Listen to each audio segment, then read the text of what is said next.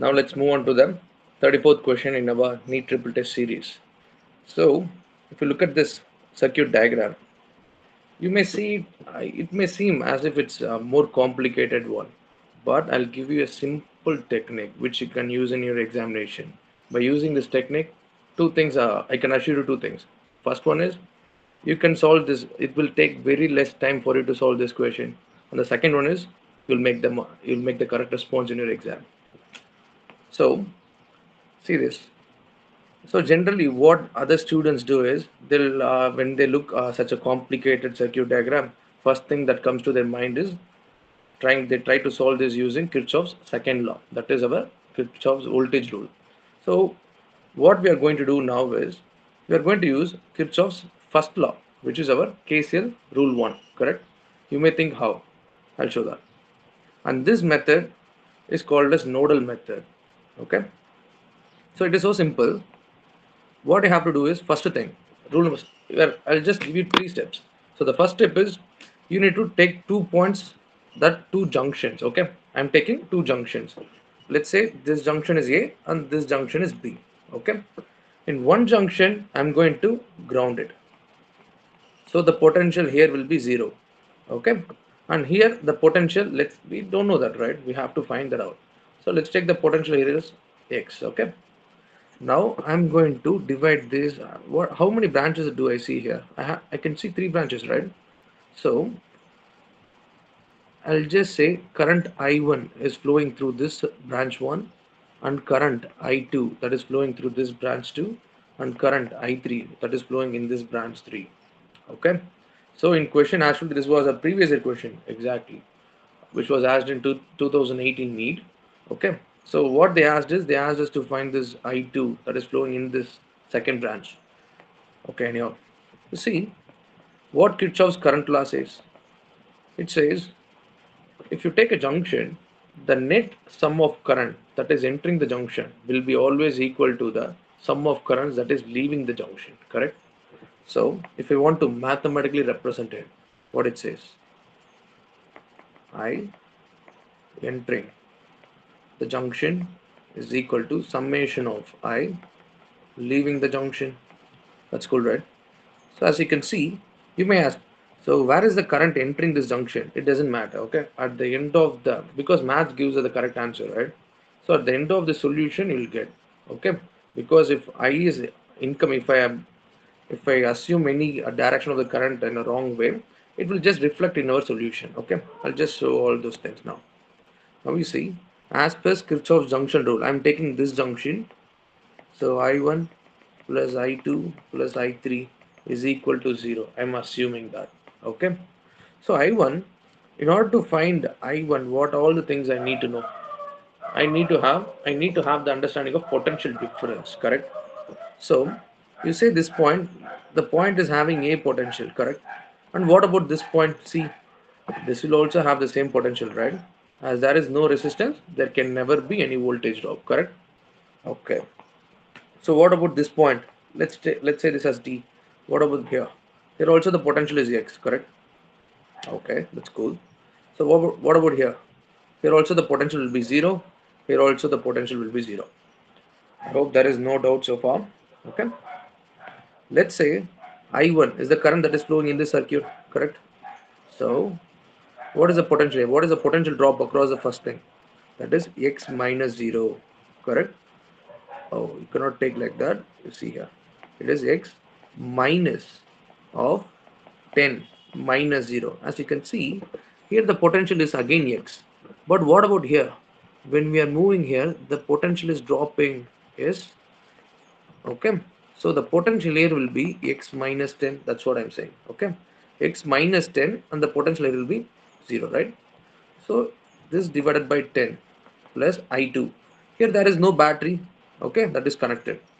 So what I can do here? It will be X minus 0 upon 20. That is our resistance. So you look at the third wire. The third wire I3 is flowing. So here the potential is X. And as you can see, here also the potential will be X. But when you move across this battery, what's happening? The voltage is getting reduced. Okay. It will be reduced by minus 10. That is what it's stating, right? So it is x minus 10. So x minus 10, and again you're having 0. Okay, it doesn't matter whether you put that or not. Okay, so you see, since it's anyhow it's a 0, right? Okay, the internal resistance here is 10. Okay, so as per KCL 1, so summation of all the currents is equal to 0. So now, as you can see, the denominators are varying, right? We have to take LCM. Okay, that's a basic math part. So after LCM, what do I get? I get 1t in the above part. I'll be multiplied by 10, dividing by 10, multiplied by 10, divided by 10. Okay, this multiplication. Okay, now you see what happens. I get 2x minus 20 plus x plus 2x minus 20. Clear? Which is equal to 0. Now this goes there. What happens? It becomes 0, right? So what are the x? 2x, x, 2x. Total 5x.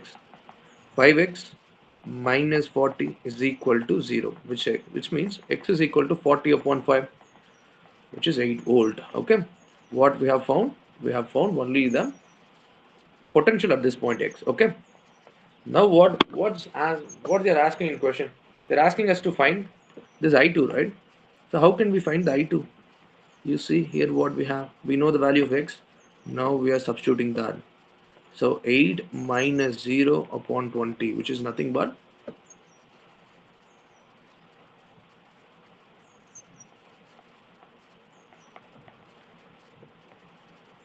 which is 0.4 ampere, correct? Now you're not going to stop with this. Okay, I'll just like to add some more note to the circuit. Okay, so that I assume it may be helpful for you in examination. So see here, I can also find other currents, okay, that are flowing in the branches, yes or no?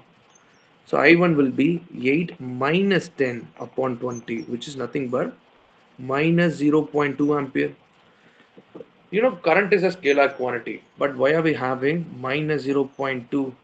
What does it indicate? You see, this minus says, what it says is, we have assumed the direction, right, for the I1.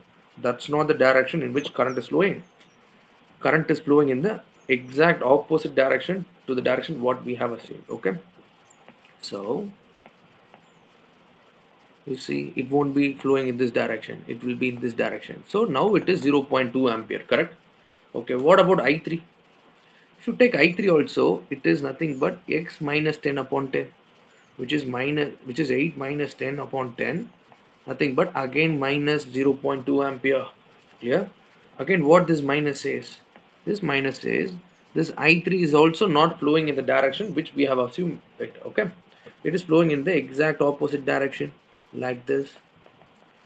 So now you see what is KCL1 in this circuit. I will just give you the idea what is KCL1.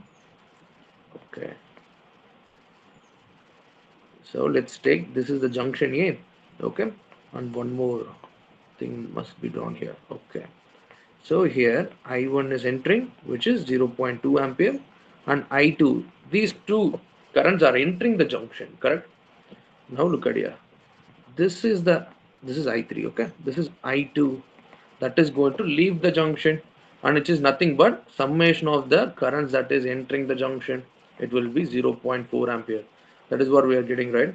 You see 0.4 amperes and 0.2, 0.2. Okay, so with this method what you can do is you can solve, you can also find the potential at every point in the given circuit diagram. Okay, and it is one of the powerful techniques which I used, which I also teach, right, to all my students. So I hope it helps, okay, to clearing your concepts. Yeah, let's see in next video. Okay.